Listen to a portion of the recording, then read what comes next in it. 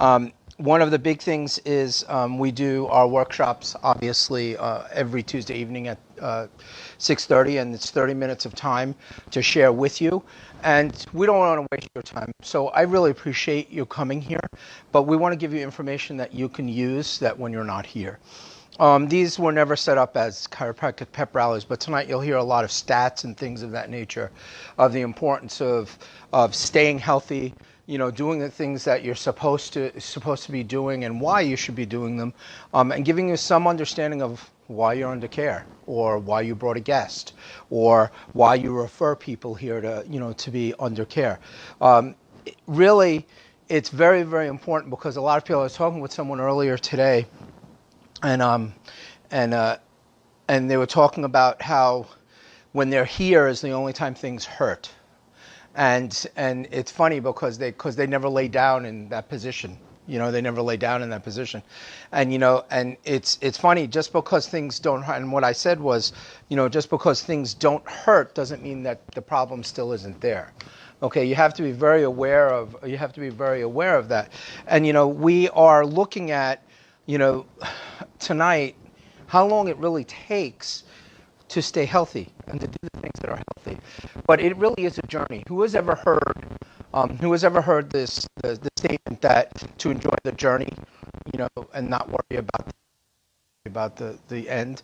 Has anybody ever heard something similar to that? It's sort of paraphrasing it. It's been said in many ways. Well, we're going to talk about your wellness journey and what things you should be doing along the way, regardless of what your symptoms are, regardless of what's going on in your life, regardless of the signs of something coming up. Things that you can do that will keep you healthier and make you healthier and allow you to function at a better level. I mean, how many of you, and I say this all the time, how many of you know somebody that, you were talking to them yesterday and then the next day they're not there or something bad has happened? You just never know when something is happening. So, and an example of that is, most people here that have been coming, I've been going through a lot of changes with my mom and everything of that nature. And she has had, she went to the hospital last week again. She's in a nursing home now, which is where she needs to be. She needs 24-hour care. And it was amazing because she said to my wife specifically, she goes, "Can I go back to the nursing home?" She wanted to be out of the hospital. She wanted to be back because she was actually learning how to communicate there and have a good time and be around people. But it was interesting because when she was in the hospital, I walked over to her and she was complaining about her neck, and she always does. She has arthritic changes throughout, and I adjusted her. Okay, it wasn't to relieve her neck pain. It was because she just needed her body functioning at a better level. Okay, because her neck still hurts. Okay, but what ends up happening is for days she actually is more coherent. She is functioning at a different level. So there's an immediate understanding of that, but understanding, even though you have discomfort, there is a light at the end of the tunnel. Okay, and then we have to address the way our bodies are functioning. So we're going to look at what we are doing here today and looking at what our wellness journey is, right? So before I do that, what are some of the things that come to mind for you guys that will help you stay well, or things that you can do to stay well? Anybody? Exercise, right? Okay, exercise is a big one. Eating healthy. So your diet and the proper foods, yes? Diet, health, hydration. So you want to share what happened today, Katrina? About what somebody said? Yeah. And you see, it's funny because there is, you can drink too much water, but as a human being, it's really hard to drink too much water unless you down, gallons of it, within a very short period of time, and you bloat yourself so much that it can have. Also, you have to look at the medications. But this woman was like, "Well, is it possible that she's drinking too much water?" And then she turns around to me and go, oh, I know somebody that used to drink like, 8 or 12 bottles of water, the little liter bottles, not liter, but the little bottles a day. I was like, yeah, that's good. No, they got so sick. I'm like, how could they have gotten sick unless there's something with the medications or something that's going on? And they didn't really drink a lot of water before. Well, yeah, you can't go from one extreme to another. You have to do things gradually. It's just part of the game. So, exercise, hydration, diet, healthy eating, anything else? Sleep, rest. Yep. That's a huge one because, rest is where we achieve healing. Our body goes into a reparative stage. Okay, so it is important. What else do we need? Reduce stress, right? Now, can stress be a good thing? Yes, it can be. Okay. Yes. Right. So exercise-wise, you're stressing your bones, you're building bone mass. That's why weight bearing is good for women. It's particularly, but it's also now being more so for men too. So stress. How about oxygen? Oxygen is really important for our healing. Okay, it has to be carried through our system. Any muscle that it's deoxygenated is not going to function at a better level, and it's going to start to deteriorate, right? So we need O2. I'm going to put O2 because it's a simple way of writing it down. And we are going to talk about some other things that it's interesting because people don't think about it, even though they're here. So it's something that we're going to address. So, some of you might have heard this before. A houseplant, right? You have 2 houseplants. Actually, you did a study with this, right? Tell them what you did with the houseplant, the little experiment you did one time. I just had 2 houseplants. And they were identical. They were identical, the height, they had the same amount of leaves and everything. And believe me, when she says that, she's really anal with the stuff, so they were very, so she's being really specific. Okay. And I watered it the exact same amount of water. The only difference is I microwave one of the waters, but I let it cool down to protect it from the hot water. The water that came from the microwave killed the plant at that time. Interesting, right? Think about that. It's not something that you see or you feel, but it's something that changed energetically in the water, okay, that affected the feeding of that. And a plant needs water, right? Regardless, it needs some water, okay? It also needs nutrients, and it also needs sunlight. Hey, so do we, okay? And if you delete any of those, that's going to be a problem. So let me go through these slides. I might go fast through some of the slides because there's a lot of them here, but I'm going to point out the specific things that I want you guys to understand. It would help if I turn this on, huh? So our wellness journey. So the U.S. the U.S. population, oh, please don't do this to me. Yeah, it's coming. But I don't see the screen. I know. I don't know. I have a pretty big vision.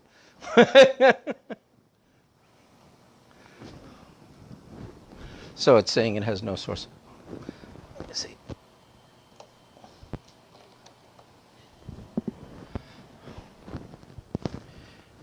It's amazing because we were playing. Wasn't this working before? And Katrina touched it. No. Yeah, right. Microwave water. Yeah.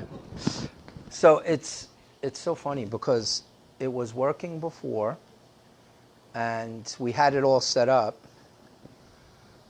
And source search.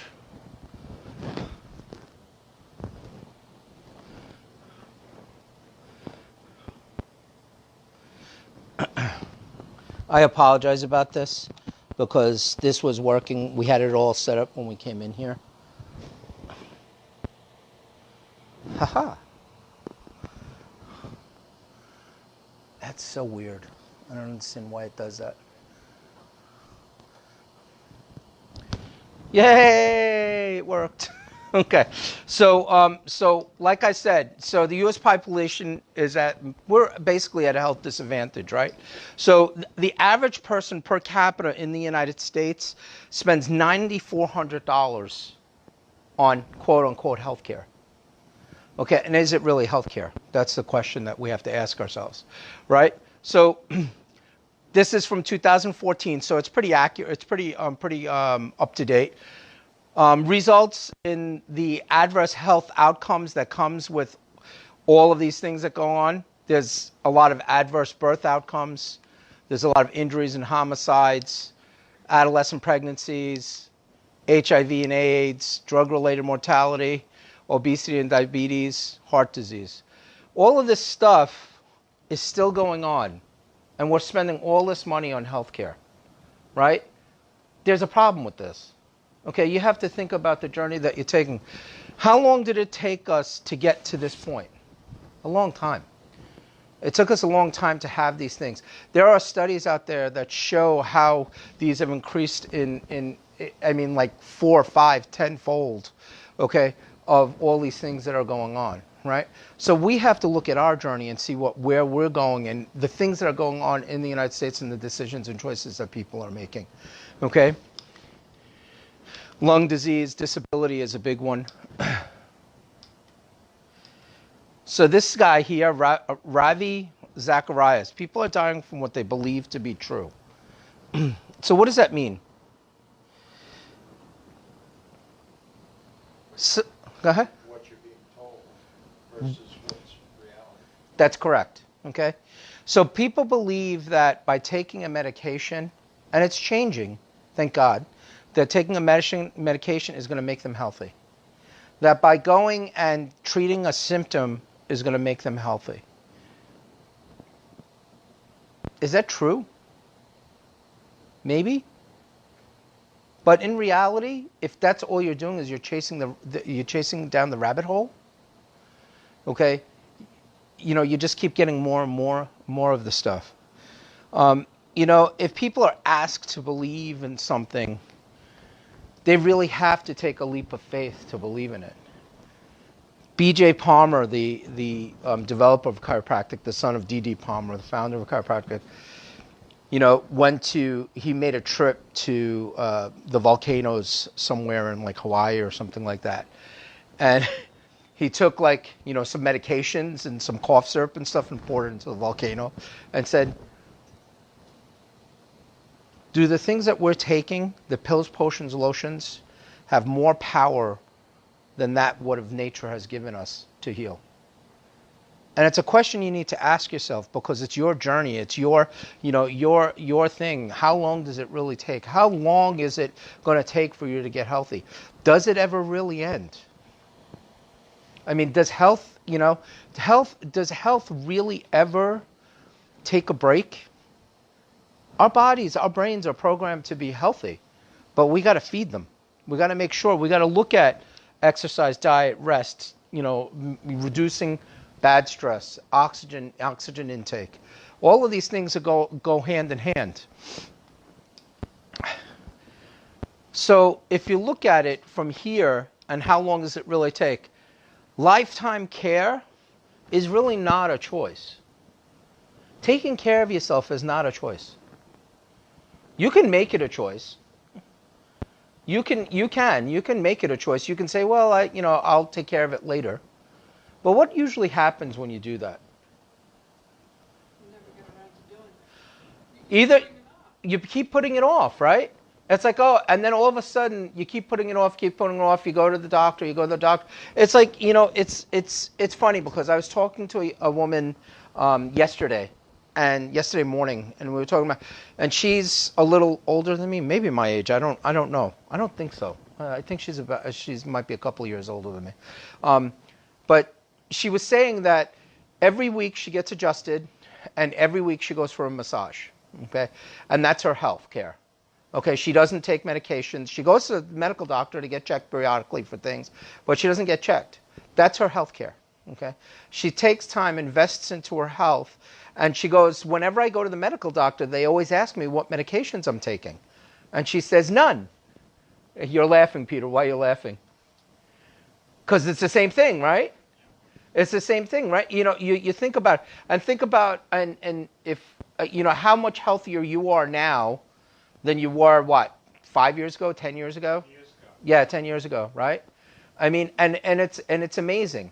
So, you know, you go in and it's just, and I was talking to her about it, and I was saying to her, I was saying, same thing here. I go to the medical doctor and I'm 54. Most average males at the age of 50 are taking 5 medications. Okay? I take none. That means someone is taking 10. Okay? I mean, it's crazy. We take 80% of the world's medications and prescription drugs. 80%, and we're one of the smaller populations in the world. Okay, there's 7 billion people, huh? They get better salesmen. They got better sales. I always call, you know. But yeah, I mean no, but it's also regulations and requirements to get the medications too. You know, so those are the things that we're looking at. The only choice really is the quality of the care that you're giving to yourself and the willingness to engage. If you're not willing to engage, then it's pretty much a lost cause. And then behaviors are contagious. So why do we say that?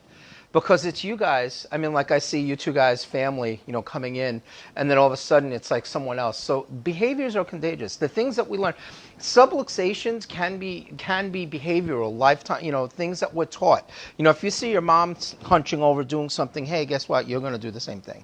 Okay? Are there genetic factors? Yeah, about 20, 30% of the time there's genetic factors. But a lot of it is stuff that we choose to do, right? And I always talk about choice in these workshops because it's really important. Okay, because the decisions we make every day, we have to be reminded. I engage in some really bad habits sometimes. And I'll admit that.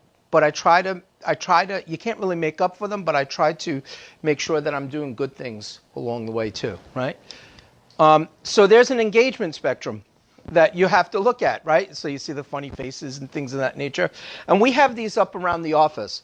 When most people come into our office, they usually have some sort of discomfort or back or neck pain, or they're really thinking about who? Themselves, right? So that's here, down here. That's me. Me. Who's like that? Kids. Mine! Mine! I'm talking about little kids. Well, I don't know, teenagers too. But you know, but that's the thing. So most people come in and they're thinking about me.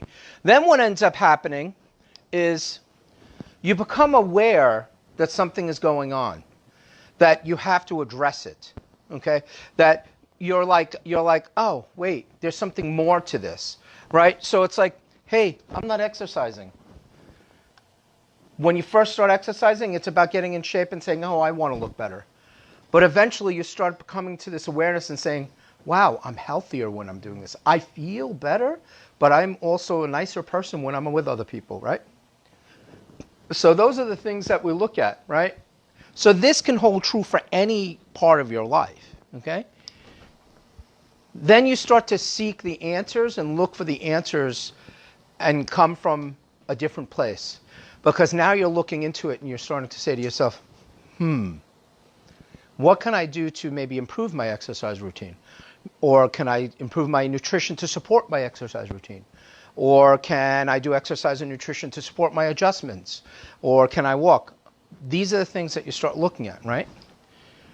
Then you say, like all of you guys that are here, you become teachable. You're willing to open your minds and say, hey, I've heard this stuff before, but there's something that I can learn from this by engaging in the process. Because ultimately, when you engage in a process and someone holds you accountable, are you more likely to do it or less likely to do it?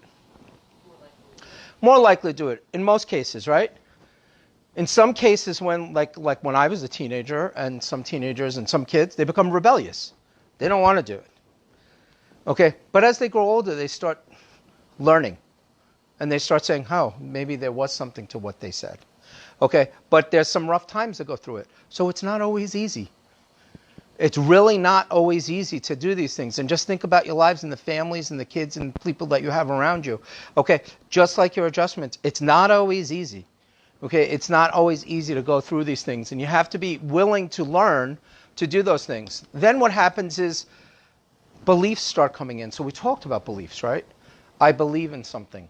Okay, but there's more to the belief, because then you have conviction. Okay, that's when you start spreading the truth, when you start talking to people about it, when you start saying how you are resolving and how things are changing in your life. And it's interesting because a lot of people come into our office, okay, and they come in for certain aches and pains, and then all of a sudden they're writing something else down that's gotten better and they didn't even think about telling us about it. How many times has that happened? You've only been here, what, 9, 10 months now, right? 10 months? Okay, and you've probably seen it a dozen times at least, I would guess, right? And it's just so funny because people come in and they don't think that it's for other things, okay? It's really not. It's about you making choices and decisions to change the way you're doing things. And that's where the length of time it takes for you to get well never really ends, okay? Because we get older, it changes, okay? But it doesn't end, because now you got to look at, we have a great article one of these days, I'm going to hand it out, that a woman, I talked about it last week, an older woman, she's like 80, gave this to me, and you know how people, 50 is the new 30, and 60 is the new 40, all this stuff. And the article saying, no. When you get to those ages, you have to accept what's going on, become aware of it, and seek new things to help stay healthy. Okay, because you have to change, because it changes throughout your life. So there are different alternatives, like especially for women that go through perimenopausal stuff. That's a huge change. But I think men go through stuff like that too. Okay, it's just not, it's just not out there like, people, always use the menopause as quote unquote an excuse for certain things. So it's really important to understand. So conviction is really an important part of this. So the wisdom of longevity. Being understood helps you be informed. Understanding is the information you get. But before you can do something, if you go back to this and you want to be up in this stage where it's conviction and belief, you think about it. Look at this. Anybody want to tell me where they think they are on this spectrum? Stay in your chiropractic care. Let's just say for your chiropractic care that's here, just because we're in a chiropractic setting. Someone sort of look at this and raise their hand. I'm not going to call on anybody, and tell me where they think they are. Go ahead, Dave. Teachable belief. Teachable and belief. That's a long way from where you came from when you first came in here. And his wife and his daughter are both nodding their head like this. And it really is. And I thank you for that. Someone else raised their hand. Paul. Hold. Seeking and teachable, right?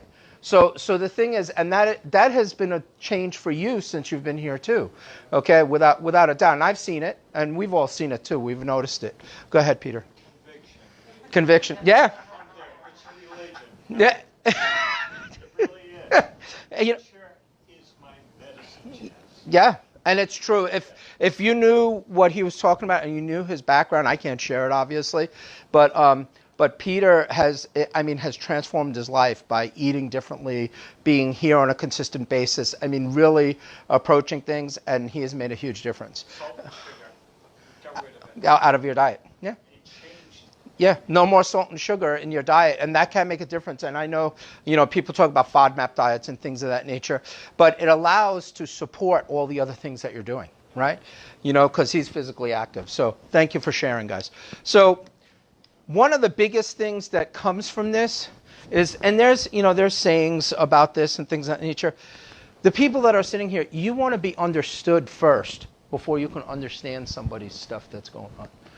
When I sit down and I do your exams, and if I'm not listening to you, smack me upside the head and say, hey, shut up and just listen. Seriously, stop me, okay? Because I do, even in the busyness of things, if you guys have something to talk about, stop me and let's go into the other room and talk. Okay, because if it's that important to me, I have to understand. I need you guys to know that I'm listening to you and that I'm understanding where you're coming from. But if I don't have the information, I can't. So the thing is, you have to fill me in with that stuff. Because, yes, we have a certain protocol that we're doing here to try to get you healthier, but we need to understand where you're coming from. So it's a moment to slow down and take a moment, okay? So even in your life, can you use that? Isn't it that you have to understand the person in front of you before you can help them? Absolutely. So those are the things that we're looking at.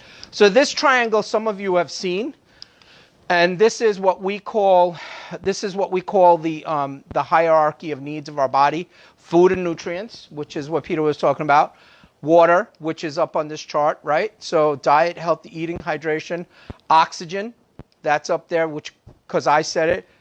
E is energy. That is the nervous system's function. That is what we do. That's what transforms the energy in our body. The central nervous system, all the food that you put into your body and transforms it into who you are. Okay? It gets feedback mechanisms. It says, hey, digest here. So if you eat sugar, your body says, oh, wait a minute. Let me stimulate something else and have an adverse effect on us. But it still goes through the nervous system's requirement of understanding. And there's an enteric nervous system or gastrointestinal nervous system that is entwined with everything that goes on. So it's really understand this hierarchy of needs when we look at it. To arrive at the health we need to have adjustments, not only chiropractic adjustments, but adjustments in our life and willingness to change. You know, someone was asking me, I used to do a lot of triathlons. It's been a few years. I got a memory, and I was like, wow, it's been that long since I did one. But I still try to stay in shape. But when I was doing the triathlons, there was a huge connection to the way I was doing things. But I had to change my life. And when I was training for the Ironman distance, because I had done several half irons, it took a lot of time. I was getting up at 4 o'clock in the morning. I was getting home. I would be here. I would do the workshops. I'd go home, and then I'd do something else. And I was eating. I mean, it was nuts. I was like, wow, this is crazy. And I was doing it. And I got through. I got through a little over half the bike on the Ironman, and I got dizzy, and I stopped. Okay, because I have valuable things in my life that I wasn't going to risk damaging my health and risk damaging other people by doing something like that. So I stopped. Okay, but I was smart enough to do that for myself. And again, I will get back into them, but I probably won't run anymore. So I have to accept those things. That's the aging thing. I can't run. My knees are not good. All right? So that's me listening to myself. So you have to communicate with other people, but you got allow your body to communicate too. And then you have to coordinate. These are all in the principles of chiropractic. And none of these are about chiropractic. They're about life. Think about that. They're about life. So, and then we get health out of all of that stuff. So we go through these things, and then people ask chiropractically, how often is it that people go to the chiropractor? I've heard all different. There was a Gallup poll done several years ago. Number of people in the U.S. getting adjusted, 35 million people. So that's about 10% at any given time, right? In the past year. 62 million people in the past 5 years, right? So that's a little higher of a percentage. That's 20%. And 49% of the living U.S. population have been to a DC, meaning at some point in their life they've been to a chiropractor. That's pretty good. There's a reason for that. Why not? Why, but people, there's different ways. There's over 300 named techniques. People practice differently. I do more corrective care and wellness care. Some people just do palliative care. It's just like going to the medical doctor, right? You go to the medical doctor, some of them are more oriented towards natural means. Some are more oriented to, prescription means and RX, and some are right down the middle, or they change professions because of that. So there's a reason why chiropractic is so popular, because people see results. Okay? So JMPT, which is a Journal of Manipulative and Physiological Therapeutics, 50% less visits to medical providers annually by doing these actions. So think about this. And this has nothing to do with how people are feeling. They go to the chiropractor for maintenance adjustments, which Medicare states is unnecessary, is not medically necessary. Okay, so think about that. Stretching exercises, aerobic exercises, so oxygen, pliability and flexibility, dietary improvements, and taking multivitamins or some sort of supplements to help with the lack of things that we're getting, like fish oils and things of that nature. 50% less visits to medical providers. Think about how much money you can save. This is healthcare.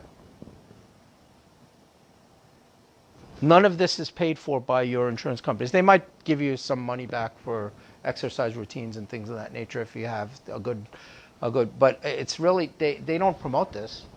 There's no profit in it. Don't take me down that road. Please don't take me that we could sit and talk for that for hours. But you're right, there's really no profit in it. Being healthy, I played a video. I might not have played it here. I might have, but there was a British Prime Minister or Health Minister, and he said that a unhealthy society is easier to control. An educated and well society, Tony Benn, I think it was the guy's name. An educated and healthy society is harder to control. Okay, and that's part of what you're talking about, right? So the Spine Journal and the British Medical Journal. Chiropractic had an 87% patient satisfaction index. Chiropractic care found to be more effective and less costly than. So think about that. When someone comes into my office, I read these studies, and I'm like, and people say, oh, it's too expensive. And I say, well, go ahead, go to the medical doctor. It's more costly. But they think because their insurance pays for it, but everybody pays for that. Because what ends up happening is those medical costs, yeah, the premiums go up. If anybody here ever has to pay for their own insurance, so Katrina, I'm using you as an example. Katrina, before she came to me, where did you work? Ruby Tuesdays, right? So in my office, when you work for me for full time or for over 90 days, I do individual insurance. I can't afford to do the family insurance, so which could do. How excited were you? And dental. How excited were you? Because she got, but it's expensive to pay for it on your own. I haven't had health insurance for over 6 years. Yeah. Think about that. So she was taking care of herself without health insurance. She's probably better. No, I'm just kidding.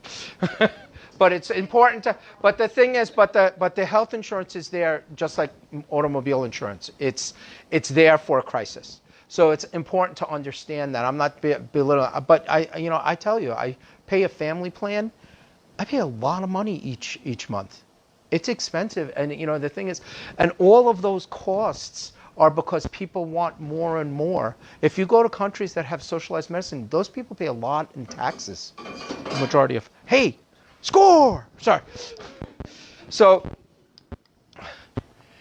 you think about those studies and think about what we just talked about. Is there something that you learned that you can share?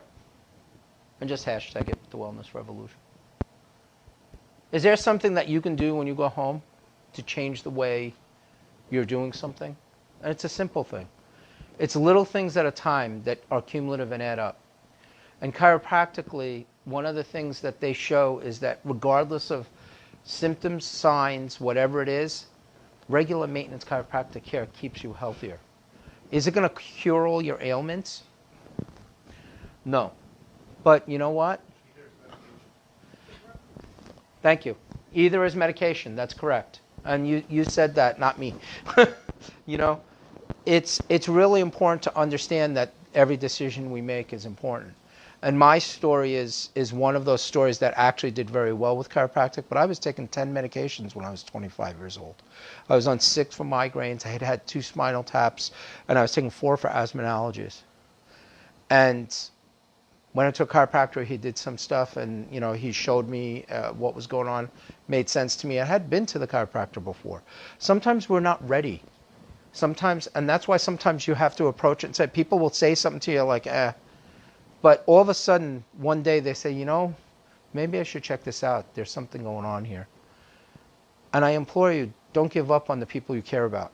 Because if I had given up on it, I would have never found my profession, and I would have never gotten healthy. And I would have never become healthy. And for me, it's a very personal thing, but I also love what I do. My wife and I were talking about if we won the lotto, she would retire. And I was like, I don't know if I could retire. I really enjoy what I do. And I might not do it at this level, maybe, but I really enjoy what I do. I like being around people and trying to help people understand what's going on in their lives. Okay? And you know what? That's why I'm here. And I would like you to share that with people. Okay, because you can bring them to a workshop, you can have them get checked. Getting checked doesn't mean they're going to have care here. It means they're getting checked to see what's going on. It's like getting your teeth checked. You know, you go to the orthodontist, they say you need, $50,000 of dental work. I don't know. I'm just, but it doesn't mean you have to do it, right? So the thing is, make sure that you open up your minds and share something that you learned with someone on Facebook, on social media, with a friend. Doesn't matter. Please share and invite them in. Thank you very much for coming. You have a great night. Katrina, can you get the phone?